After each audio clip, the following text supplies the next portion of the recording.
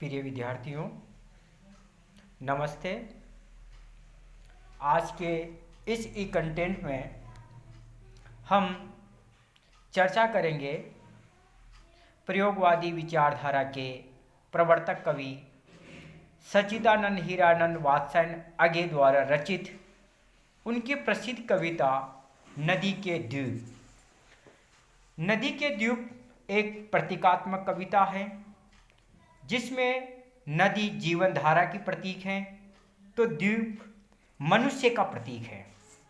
कवि ने इस कविता के माध्यम से हमें ये संदेश दिया है कि जिस प्रकार से द्वीप का नदी की जलधारा के बिना अस्तित्व नहीं हो सकता, उसी प्रकार से जीवन के बिना मनुष्य का कोई अस्तित्व नहीं है। जिस प्रकार से नदी की धारा ही द्वीप का निर्माण करती है, उसकी बनावट संरचना आकृति का सर्जन करती है, उसी प्रकार से जीवन रूपी धारा भी मनुष्य के व्यक्तित्व का निर्माण करती है। कवि इस कविता के माध्यम से हमें बताना चाहता है कि हम नदी के द्वीप हैं। हम नदी के द्वीप हैं। हम नहीं कहते कि हमको छोड़कर स्रोत सोइनी बह जाए, वह हमें आकार देती है। हमारे कोण गलियां अंतरीप उबार सेकत कूल सब गोलाइयां उसकी गढ़ी है। माँ है वह, इसी से हम बने हैं। कवि ने इस छोटे से पद्यांश के माध्यम से बहुत ही मार्मिक और गहन चिंतन वाली बात हमारे सामने रखी है।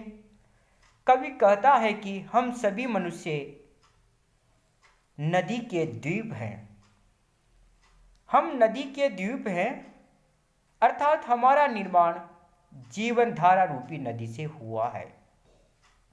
हम ये नहीं कह सकते, हम नहीं कहते कि हमको छोड़कर स्रोत सोहिनी बह जाए। हम ये नहीं कह सकते अथवा हम ये नहीं चाहते कि हमको छोड़ करके नदी बह जाए। हम नहीं कहते कि हमको छोड़कर स्रोत सोहिनी बह जाए। वह हमें आकार देती है, क्योंकि नदी के प्रवाह के स्पर्श से ही तो द्वीप का आकार बनता है, उसकी संरचना का सर्जन होता है, उसकी बनावट बनती है।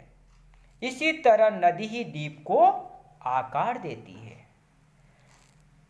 जीवन धारा के समान नदी भी द्वीप का निर्माण करती है। हमारे कोण गलियां अंतरिप उबार सेकत कूल सब गोलाइयां उसकी गढ़ी है। माँ है वह, इसी से हम बने हैं। कवि आगे कहता है कि नदी ही द्वीप को आकार देती है, उसकी संरचना का निर्माण करती है, अर्थात जीवन रूपी नदी की जो धारा है वही मनुष्य रूपी द्वीप का निर्माण करती है।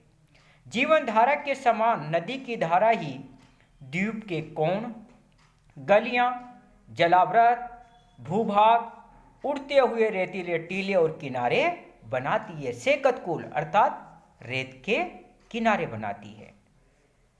सब गोलाइयाँ उसकी गढ़ी है। द्वीप की आकृति में जो भी गोलाइयाँ होती है, उसकी जो जलावृत परिधि होती है, उसकी रचना या निर्माण नदी की धारा ही करती है। इस तरह नदी द्वीप को जन्म देने वाली माता होती है। माँ है वह, इसी से हम बने हैं। उससे ही अर्थात नदी के प्रवाह से ही द्वीप का निर्माण हुआ है।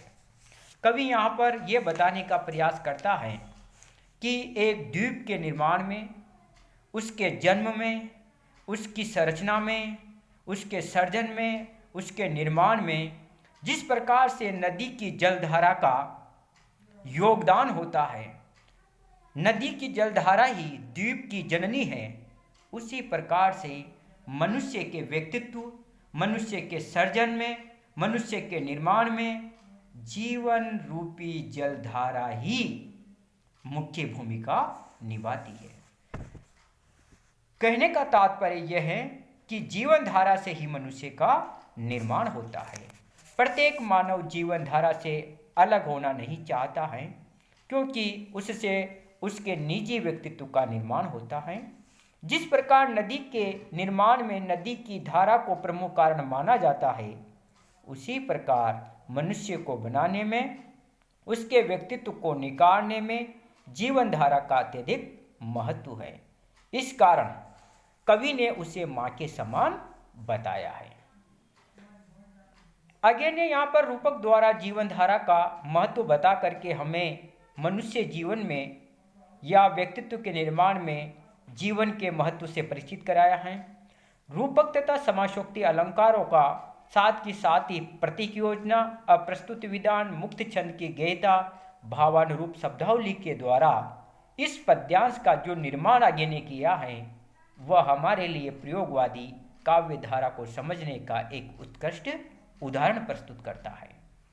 इस प्रकार से हम कह सकते हैं कि आगे ने कवि ने इस पद्यांश के माध्यम से हमें यह समझाने का सफल प्रयास किया है कि जिस प्रकार से एक द्वीप के निर्माण में नदी की जलधारा का जो महत्व होता है, वही महत्व एक व्यक्ति के निर्माण में, एक मनुष्य के निर्माण में, मनुष्य के सर्जन में, व्यक्तित्व को उत्कृष्टता की ओर ले जाने में जीवन का योगदान होता है।